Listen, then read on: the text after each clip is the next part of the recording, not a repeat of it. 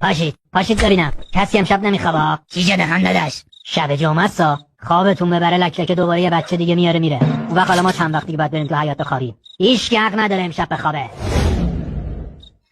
بخوابید بچه‌ها. خوابیدید؟ نخوابیدید؟ بخوابید. نخوابیدید؟ چرا نمیخوابید؟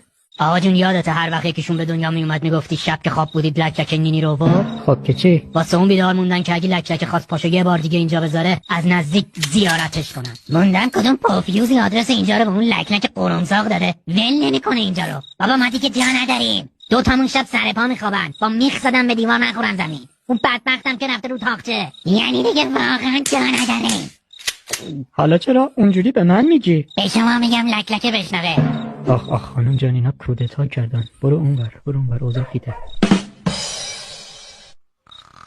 کی بیداره؟ خوابیدی؟ یه شکلات خیلی خوشمزه دارم، هر کی بیداره بدم بخوره. کسی بیدار نیست؟ خوابی؟ شکلاتو بده من آقا جون.